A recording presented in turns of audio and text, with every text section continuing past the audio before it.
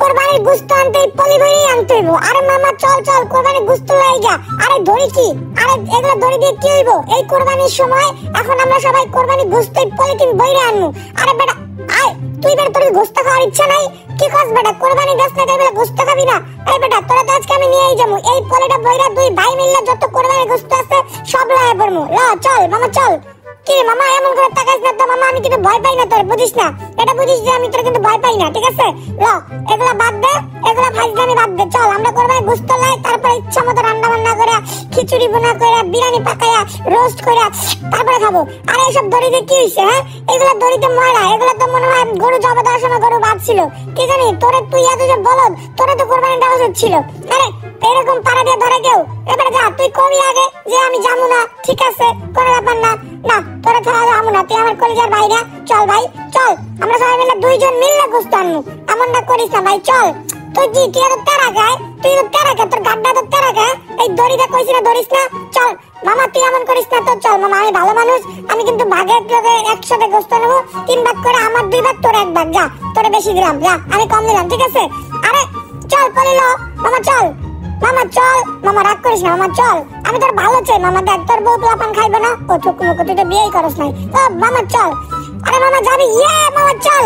মামা কি রে মামা, তুই আমার ছুঁয়ে যাবি যা? হ্যাঁ এমন কথা করিস না। ওরে বাবা রে মামা রে মামা, তুই বেটা কি আমার তো বংশ বিস্তার সব নষ্ট করে দিবি। যাই বেটা তোর সাইকেলটা তোর ভালো কইছি, চল সাইকেল ঠো, সাইকেল ঠো কইছি না। চল বেটা মাংস তো খাওয়াই, সরি গোশত তো খাওয়াই লাগবে।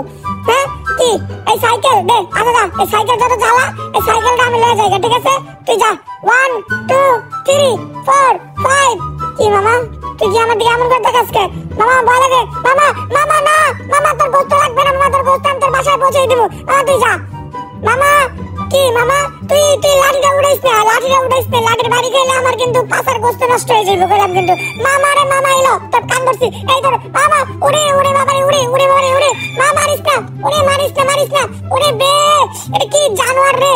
এই বেটা তোর থেকে পলামু কেমনে? লুকাই কই লুকামু? আল্লাহ এটা এমন বাড়ি দিছে, এমন কি বাড়ি দেয়? হ্যাঁ আরে গোশত আনতে যেমন আমার পাছার গোশত নষ্ট করে লাইছে, এই জায়গা লুকাই দেই, ও সবারে নেমু না। দূর কোরবানির গোশতের মজা বোঝে না, খানা খাক দরকার নাই, আমি খামু।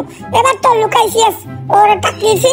এখন আমি তাড়াতাড়ি যাই, যে গোশতগুলো নিয়ে আসি, নিয়ে এসে তারপর রান্না বান্না করে খিচুড়ি করে। ওরে বাবা রে বাবা, এবারে তুই নিবি না? না তোর দরকার নাই, এই যে কান ধরছি, পাও ধরছি, মাফ করে দে ভাই, তুই যা, তুই যা, তোর লাগবো না, তুই লাগবো না, যা। তোরে কিচ্ছু কই না, এখন তুই আমাকে হাত তুলবি, এটা কিন্তু সইব না। আমার দর্শকরা তোরা ছাড়বো না। দর্শকরা তোমরা সবাই আমার চ্যানেলকে সাবস্ক্রাইব করে দাও, আর ফেসবুক পেজ থেকে যারা দেখতেছো ফেসবুক পেজটা ফলো করে দাও। আমরা অনেক দিন তোমাদের সাথে ভিডিও করতে পারি না, তোমাদেরকে ভিডিও দিতে পারি না, তার জন্য আন্তরিকভাবে দুঃখিত।